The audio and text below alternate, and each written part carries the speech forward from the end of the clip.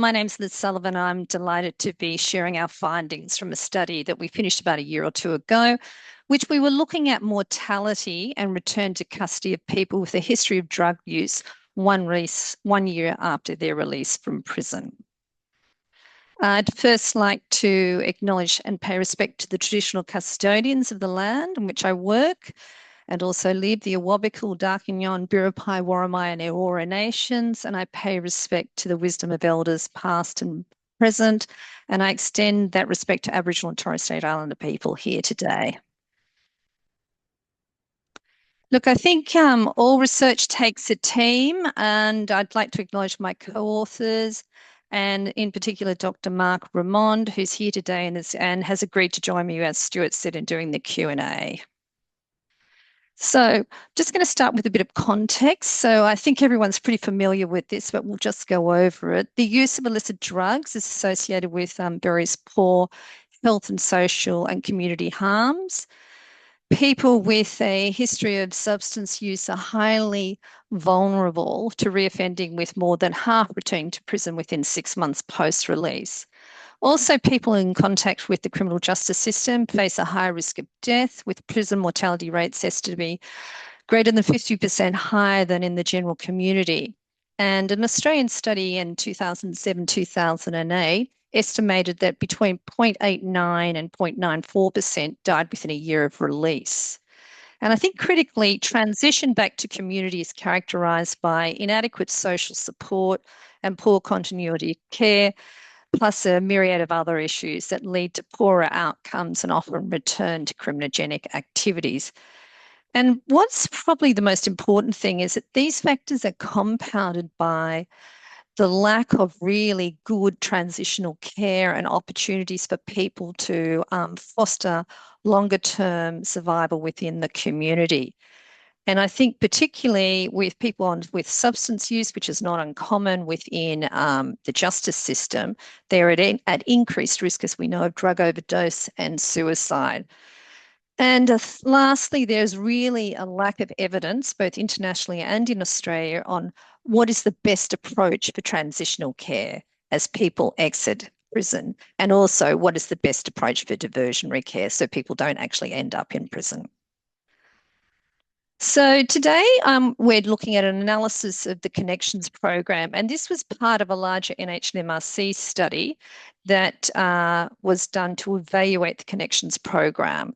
And the Connections program is a New South Wales state-based program that was implemented in 2007, and the aim was really to minimise particularly mortality within the first week and month post-release for those with the drugs, with the substance use problem, and also to improve their health outcomes and also to minimise return to custody. So as I said, it's voluntary, it's public sector, statewide, and it was delivered by Justice Health. And for those who aren't New South Wales based, Justice Health actually is the largest prison health system delivering within a prison. And so that is a public sector one.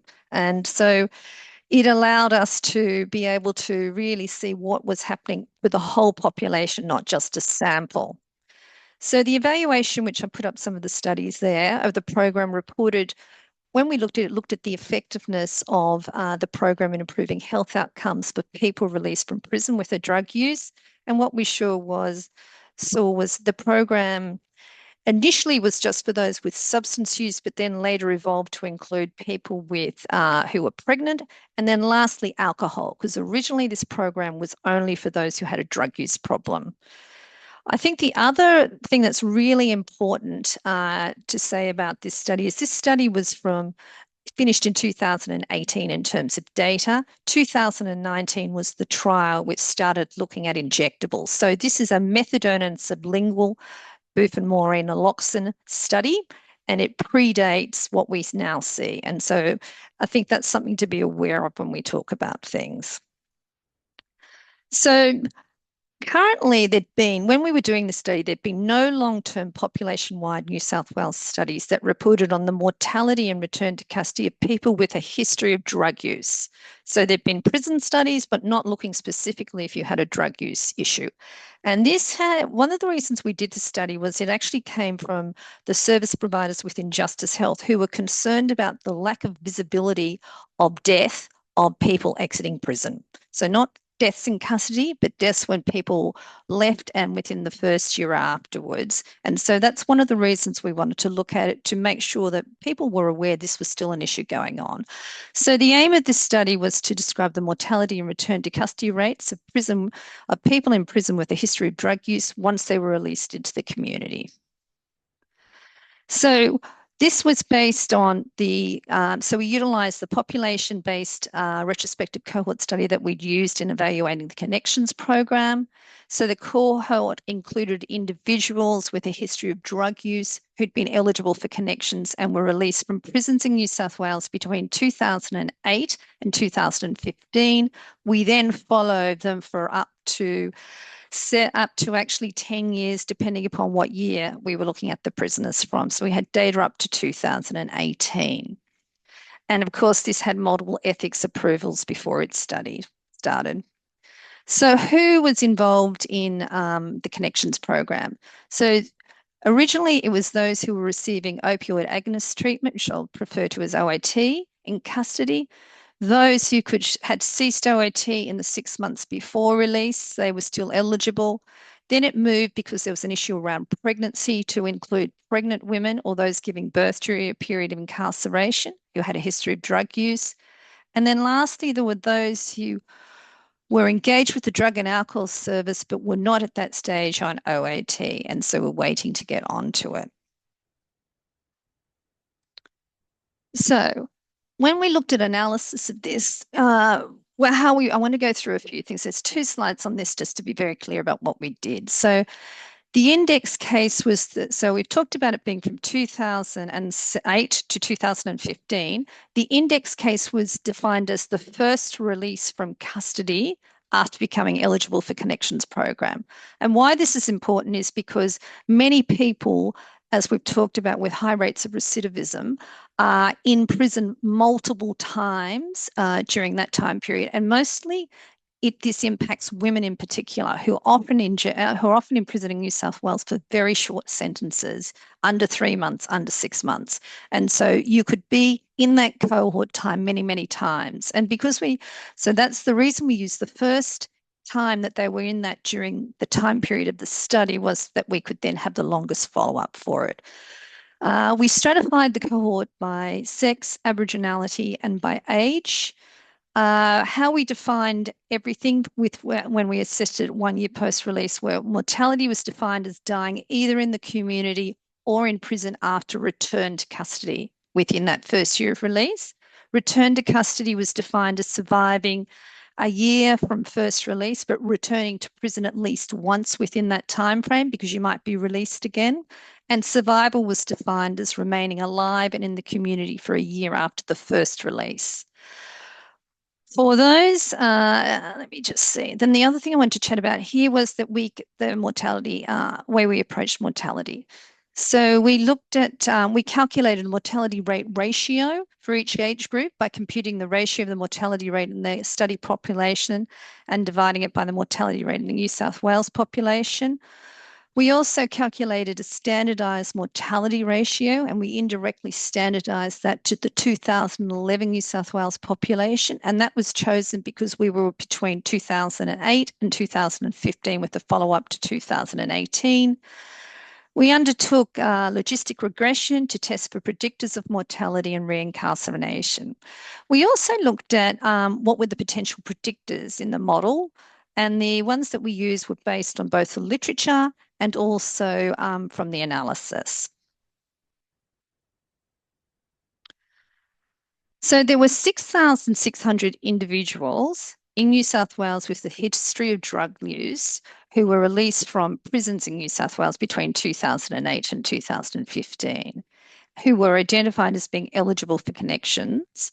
So when we get down to it, there were nearly 70% of them were offered a place on Connections, whilst we had 30% or 28.8%, 1,900 who were offered a place in the program and didn't accept it. Okay. The average age was 34.2 years at the first release during the study. The age ranged from 18 to 66 years.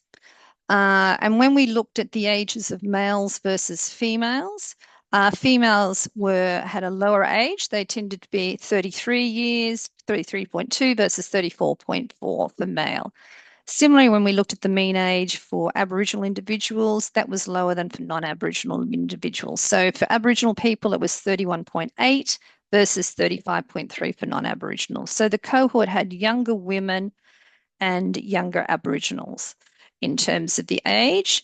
Then if we look at the distribution, what we notice here is it's 17.8% females, and this is actually high because in New South Wales, the proportion of women in jail usually is about 9%. So there's an overrepresentation of females, and that may reflect the pregnancy component of this as well. And then lastly, if we look at Aboriginal Australians, they made up just over 1 in 4 of the cohort. So the things that were different were that it had more females than we expected. The age is sort of about the average age, less younger people than we would have expected. Okay. So when we looked at 1 year post-release, we found that 50% remained in the community, so they hadn't been hadn't reoffended, and then 48.5% had returned to custody. However, when we looked at those who'd returned to custody, you can see that there was a higher proportion of men were significantly more likely to return to custody, with 1 in 2 of them returning, whilst women it was 2 in 5. And then when we looked at the difference between Aboriginal and non-Indigenous, you see that nearly 61% of Aboriginal people had returned to custody within that year. Then if we move to deaths, so we've just talked about that there was 98.8% of people had survived the year. So that left us with 1.2% of deaths. So there were 76 individuals who died during the 1 year post-release from the first time they were admitted to and released from custody during the time period. The timing of the death you can see is interesting, and that's presented in the figure.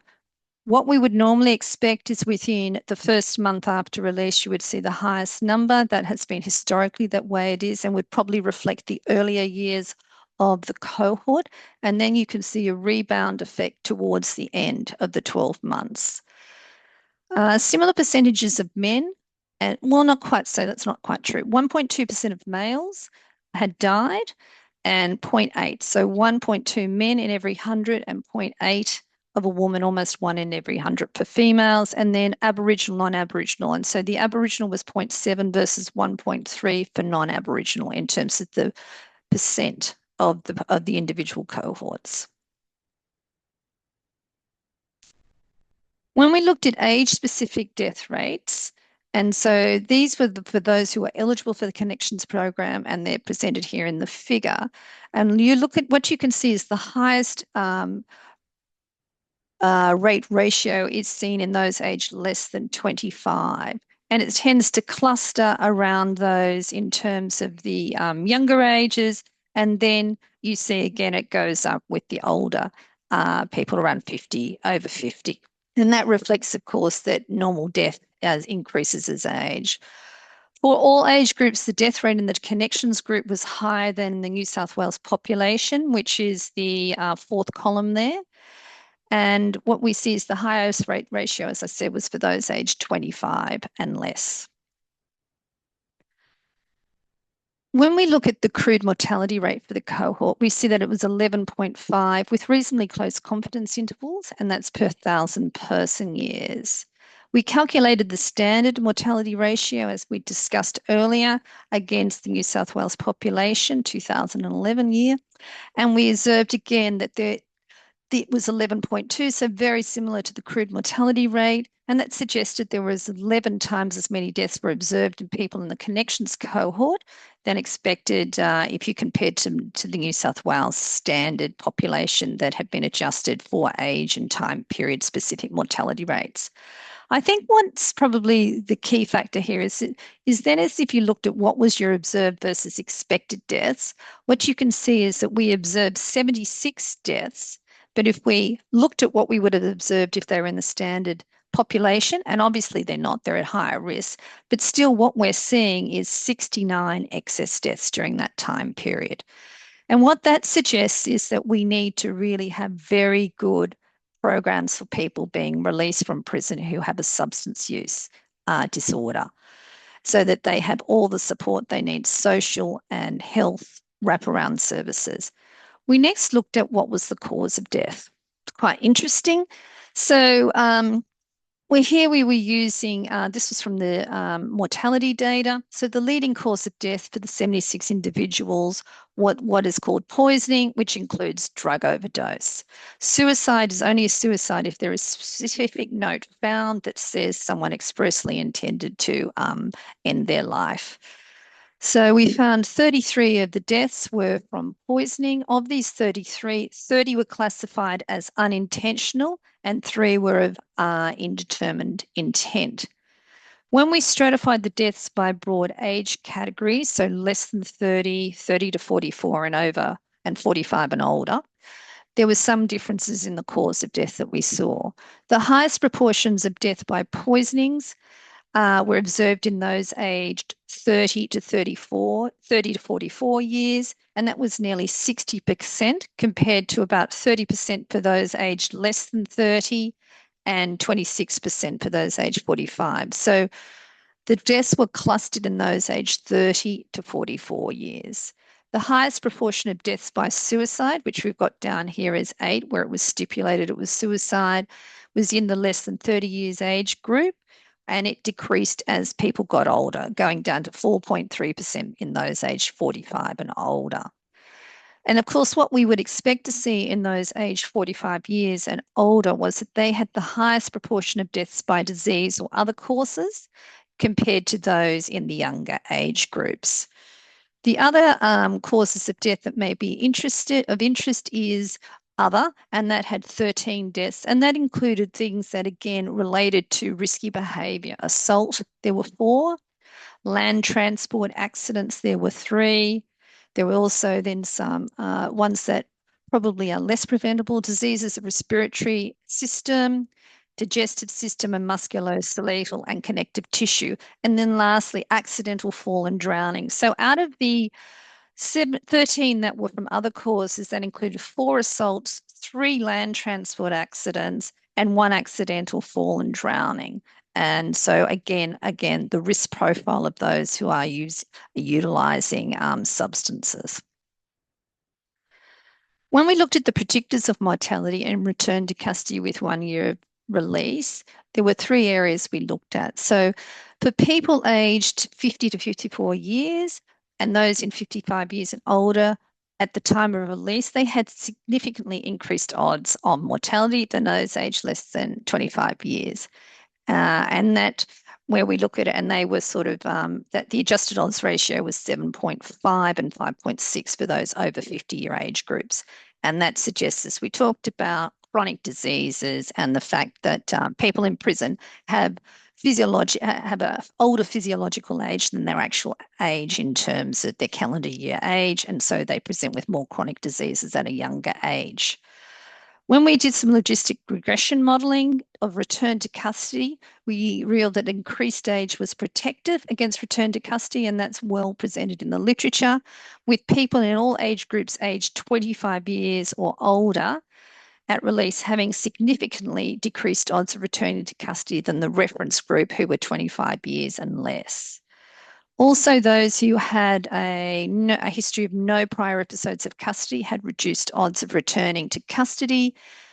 And so that was protective, as were those who were held in custody in remote and very remote centres, and noting this is New South Wales. In contrast, there were three factors in the model that were significant predictors of return to custody, and I'm sure, so it's time, length of custody was the first for those who'd been in custody for more than 3 years were an increased risk of returning, also being male and being Aboriginal. When we looked at individuals who'd been offered a place within Connections program and those who'd participated on an OAT program, which you would think would be protective, we found that there was no significantly different odds of mortality or returning for custody within 1 year compared to those who'd been offered the program and who weren't on OAT but didn't take up the program. So the program, the transitional program, in terms of mortality and return to custody, being on it did not change your outcome. Furthermore, when we looked at the examination of sex and Aboriginal identity, so particularly looking at Aboriginal women, what we found was there was no increase of odds of return to custody for Aboriginal women compared to non-Aboriginal women. So the key findings really come under three areas: mortality, recidivism, and policy and practice implications.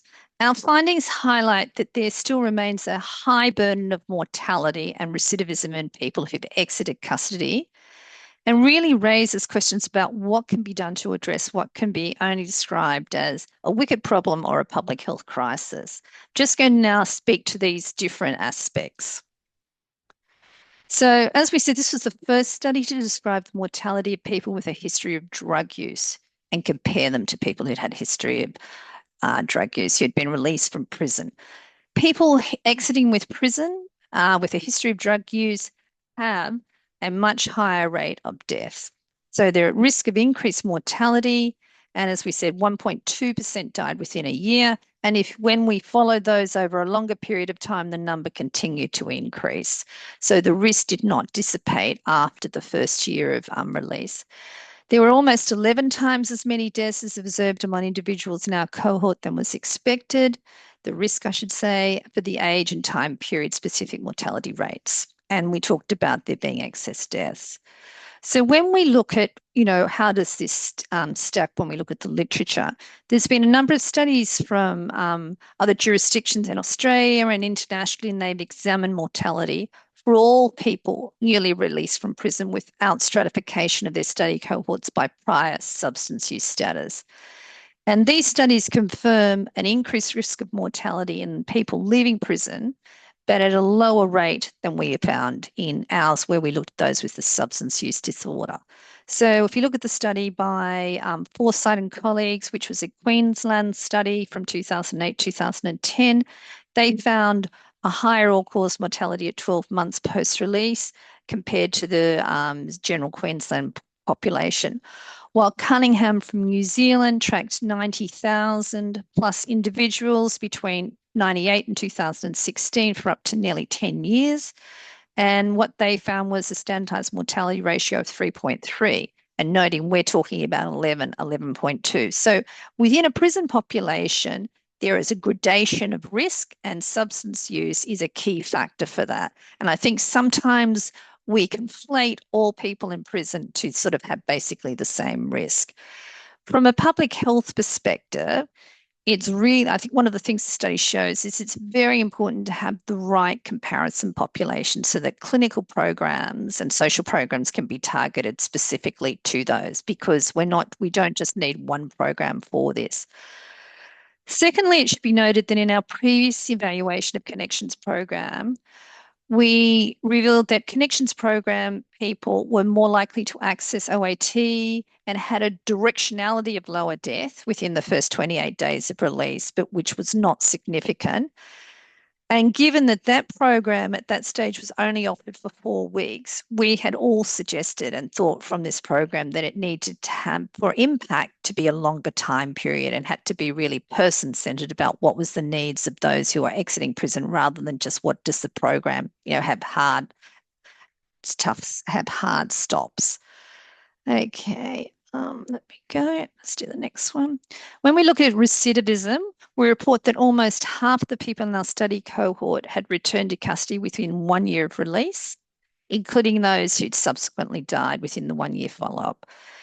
This rate of re-imprisonment is higher than reported in a recent review of Australian studies that reported approximately 25% of prisoners are reconvicted within 3 months of release, while between 35 and 41% are re-imprisoned within 2 years. So a number of factors are obviously associated with reoffending, and it likely reflects, as we've seen in the literature, the impact of drug use on offending, correlates with recidivism, and Thomas and colleagues reported that having a drug-related sentence was strongly associated with an increase in the risk of reincarceration, with a relative risk of 1.38. Then if we look specifically, increased age was protective against return to custody, with those aged 25 years or older having significantly lower odds of returning to custody, and also those with shorter sentences less likely. The findings were consistent with a New South Wales study by Rodino and colleagues that also confirmed the younger age, density of custodial episodes over time, and Indigenous cultural background as significant predictors of return to custody. And also the recent systematic review by McDonald and colleagues of interventions for people who'd been incarcerated found some evidence that therapeutic community interventions, so group-based participatory approaches to drug use, may affect and reduce reincarceration. So Connections is a program that was designed to do that, but I think the thing is these programs have to evolve and respond to what are the needs of their population. So the sustained high rates of mortality and return to custody, as I said, are a wicked problem, and present significant policy and practice implications and challenges. The findings reflect the impact of systemic disadvantage, racism, intersecting social and health challenges, and complex histories of drug use, mental health issues, and trauma. And critical factors that need to be considered when looking at this is the custodial environment, which limits patient agency and also access to services for people who have really complex comorbidities. The constraints in being able to address these health issues when people are in and out of the system on remand, and for a lot of the programs, people originally most of the time have not been able to access them. Also, there is an opportunity for us to innovate and have much more public sector scale models that ensure continuity of care and better integration between the community and custodial environment. I think the other critical thing is the strengthening of partnerships between corrections, communities, and other state actors so that you can have these wraparound integrated services, not siloed distribution of services to people who are exiting prison. And lastly, there needs to be really a comprehensive public health surveillance program to monitor the outcomes of people who exit prison so we can evaluate initiatives and actually invest in things that work and reduce mortality and reoffending in the population. A couple of caveats. I think that probably the one that's most interesting is, I'll do the strengths first. So it addresses gaps in understanding of the outcome of people with a history of drug use and shows us mortality and reoffending are issues. It's population data, and it had a long follow-up and looked at return to custody. So the data spans 2008, 2015 with the follow-up for up to 10 years to 2018. But what this does is it predates the widespread use of long-acting injectable buprenorphine, or LAIBs, I'll just use now. And that is a big issue because what we don't know, there are lots of strengths in that approach, but also what you don't have when you exit prison is you don't have the multiple intersections with the health sector by going to actually go and get your methadone and things like that, which was a point where people actually had to intersect with someone who provided health services. So it's an interesting question. The data quality, so what we don't have in any of these studies is adherence to OAT following release. We had it for a period of time, but not for up to a year. So the issue becomes how long do people stay on these programs once they actually exited with their drug use. So, and these factors would likely influence mortality and return to custody outcomes. So in conclusion, like everything that seems to happen around custodial systems, it remains a wicked problem and a major public health, population health challenge.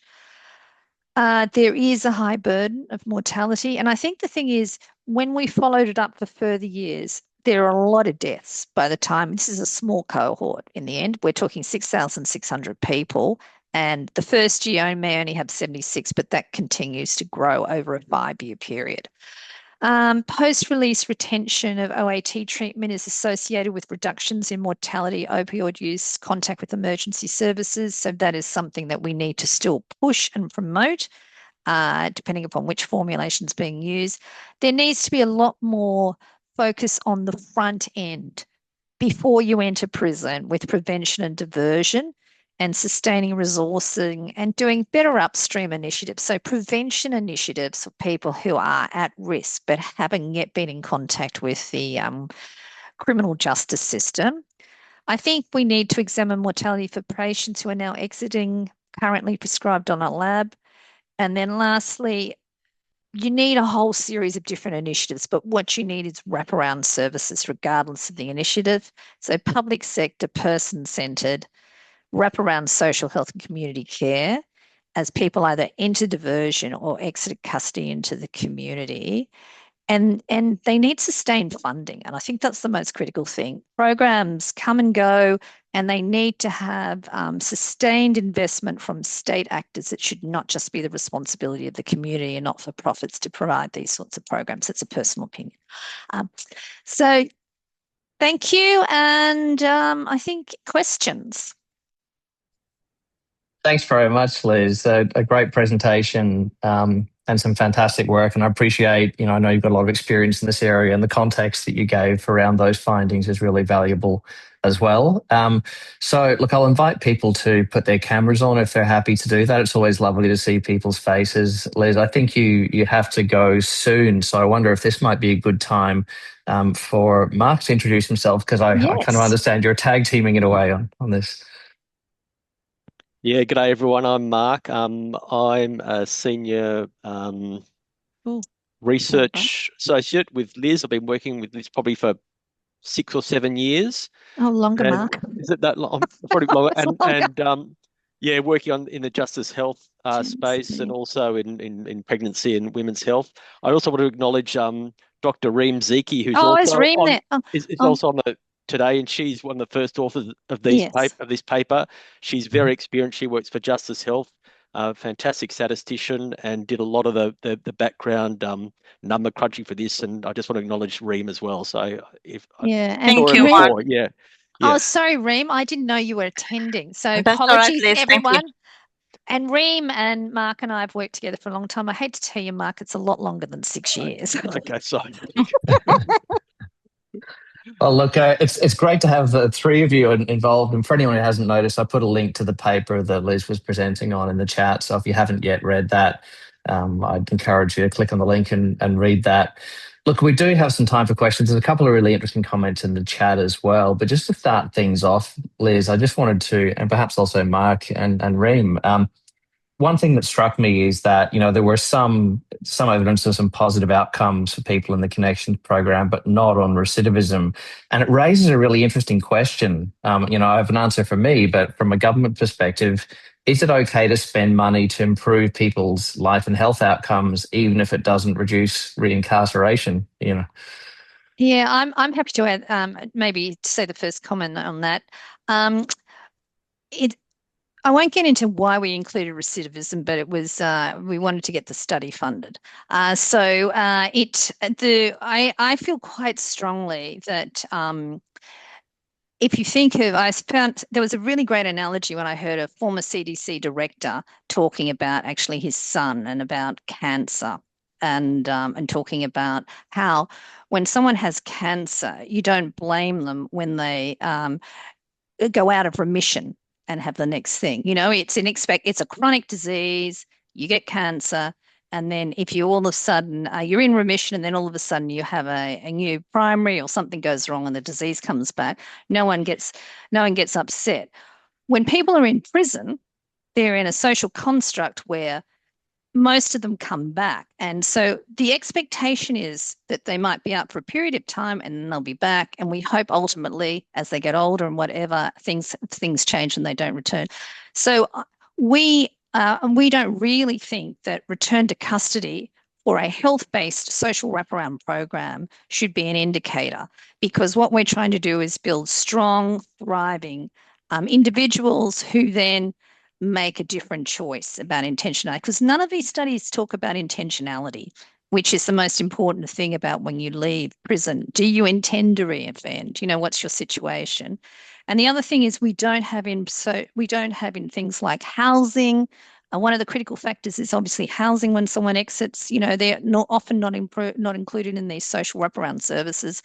So it's in there, but we don't think health programs at all should be marked on it. I think it's an indicator to measure, but it should not impact sustainable funding. Thanks, Liz. I suspect you're not the only person in this chat who has that view, but thank you for articulating it so well. Look, are there any other comments or questions? There are some interesting things in the chat, but if people do have a question or a comment that they'd like to make, please feel free to stick up your Zoom hand or even just be brave and unmute.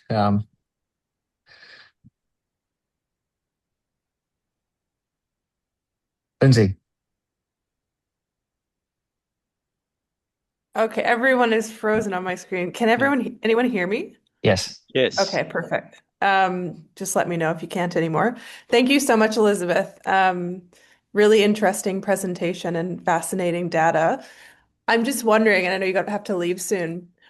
You had some really excellent recommendations about what you felt the data suggests needed to be done to, reduce risk of mortality after release. And I'm just wondering, are you aware of any programs that are happening in response to this data in New South Wales to reduce that risk? And you mentioned early prevention or intervention, and if anything's happening in that space. Yeah, there certainly is some stuff happening around women. And so I've got a particular interest in women and transitional care and exiting. And so there are some small initiatives around diverting women, pregnant women from jail into different settings. And also there's a lot of work being done in community-led, government-funded transitional programs or through care programs or exiting programs, whatever you want to call them. And so I think what we have to do is these models often start off with funding that is for a pilot or for a 2-year period. And I think it's really important these models are evaluated when they are put forward, because at the moment, a lot of the programs come from people with a good place and heart looking at issues, but they don't necessarily, we don't have much evidence on what works. So the other thing is that the Connections program has had some changes because we were pre-COVID. And so there were some changes in terms of that. So I think there is much more of an evidence-based approach, and Reem may want to speak to that, where programs have program logic and are being more monitored to sort of see if the impact if they make an impact.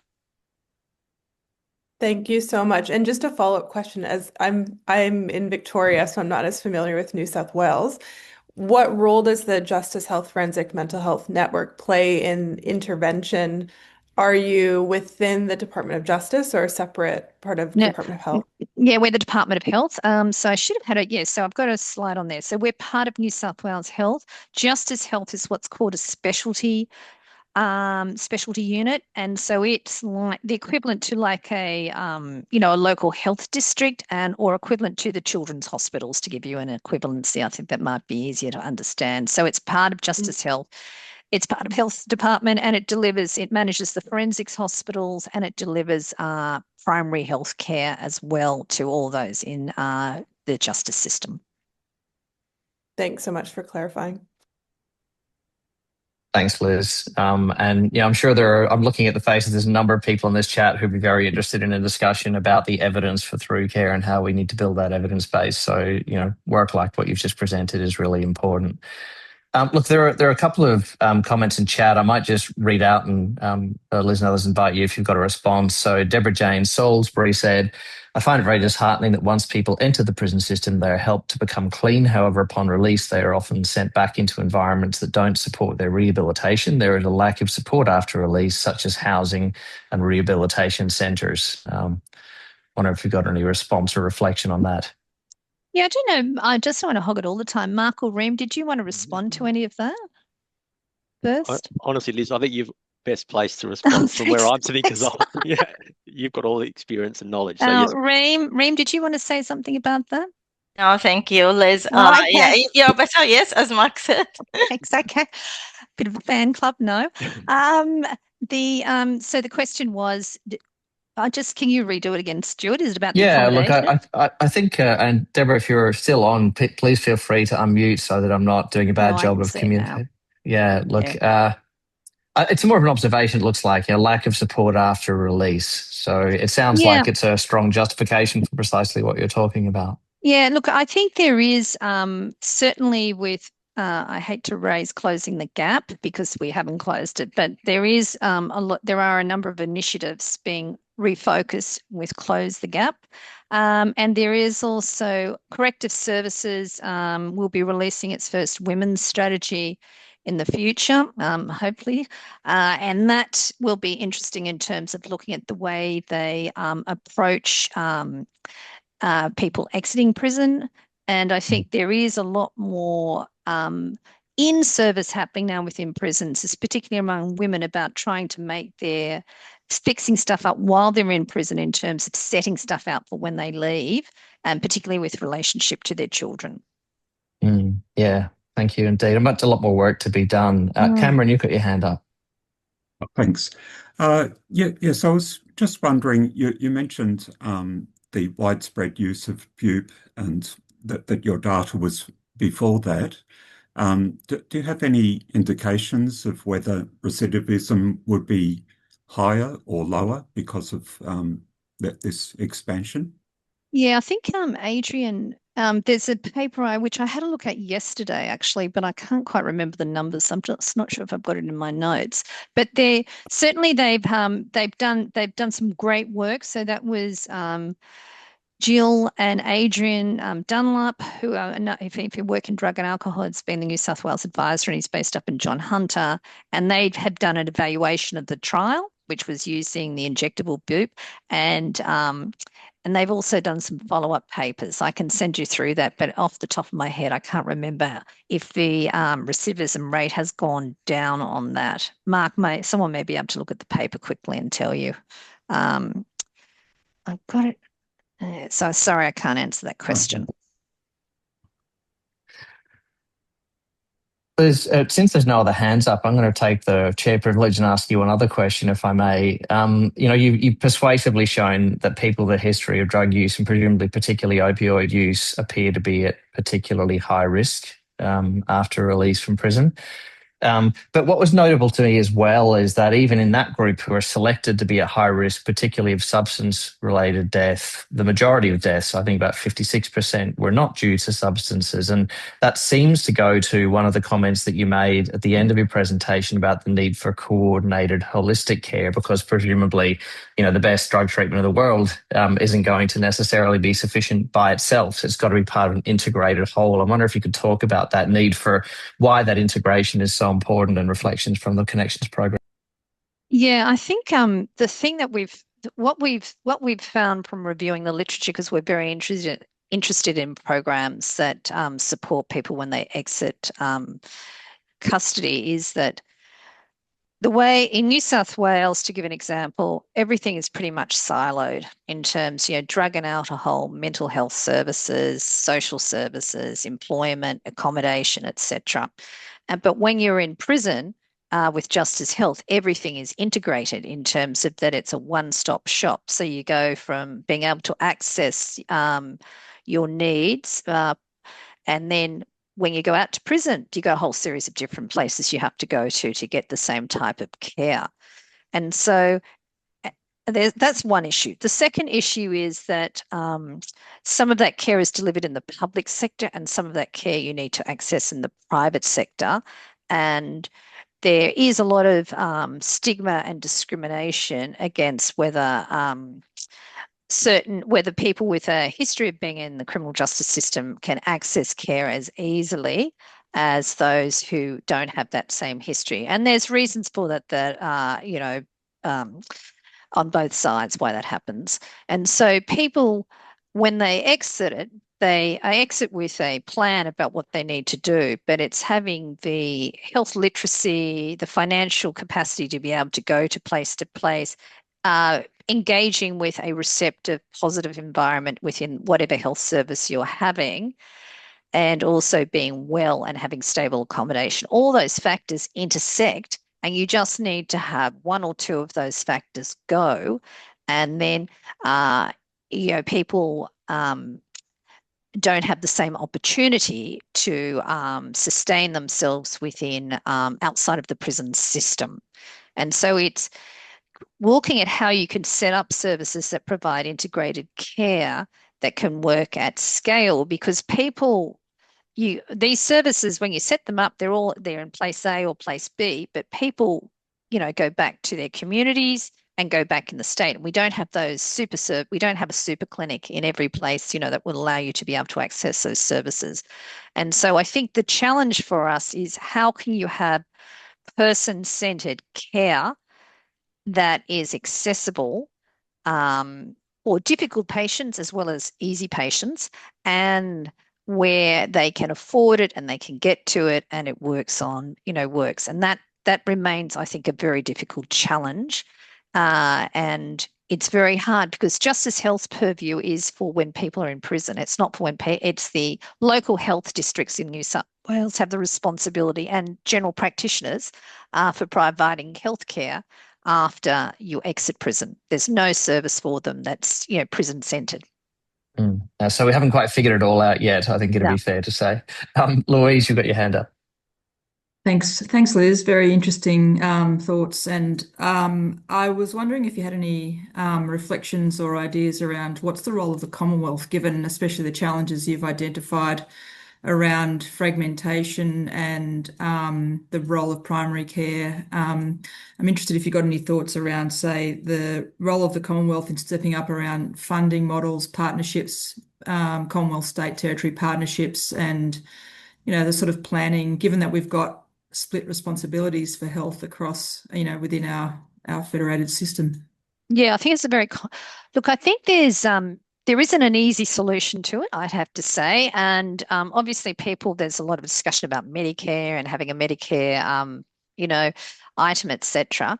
But I think, and I'll leave that for people who are experts in that area, I think the biggest challenge, I actually think, is accommodation. You've got to be having an approach where stable accommodation is intersected with social and health, support.